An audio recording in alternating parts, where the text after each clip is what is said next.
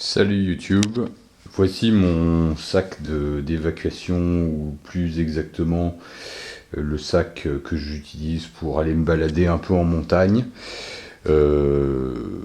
C'est rudimentaire, ça ressemble beaucoup en fait à ce qu'on pourrait appeler un sac d'évacuation ou bug out bag. Je vais vous montrer chaque pièce que j'ai sélectionnée.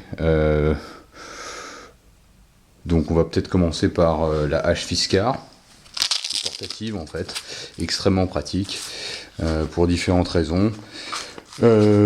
Petite, compacte, légère et en même temps extrêmement coupante. Et on peut tout à fait l'emmancher dans quelque chose pour faire plus de boulot. Donc voilà, on prend une petite Maglite à vis toute bête, extrêmement pratique. Une fusée de détresse, parce qu'en montagne, même comme dans la mer, c'est bien d'être vu.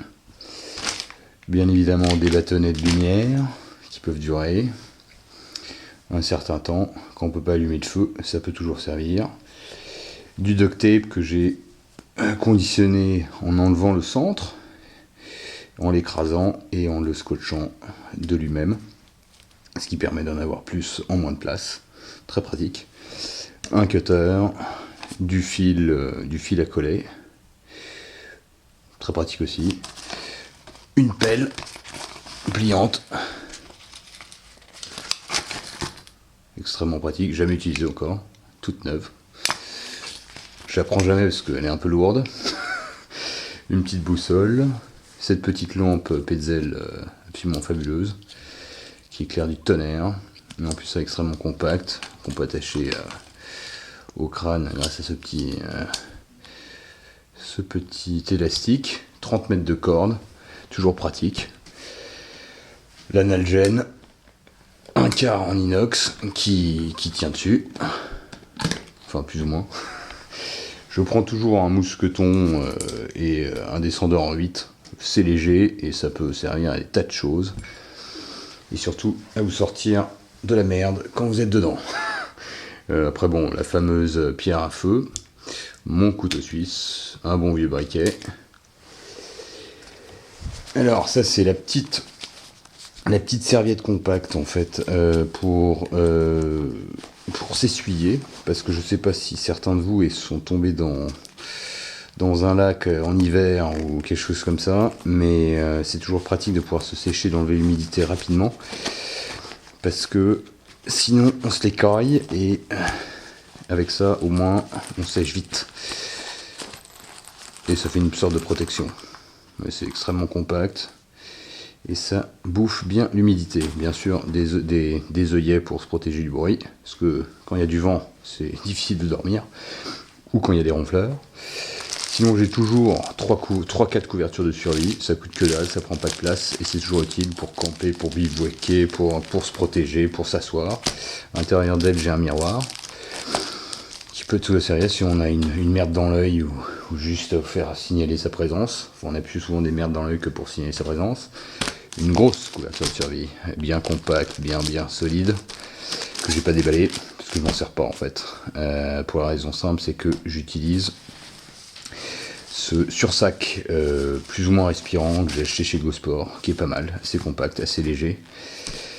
Sinon, j'ai le sac de survie aussi, le BV machin truc.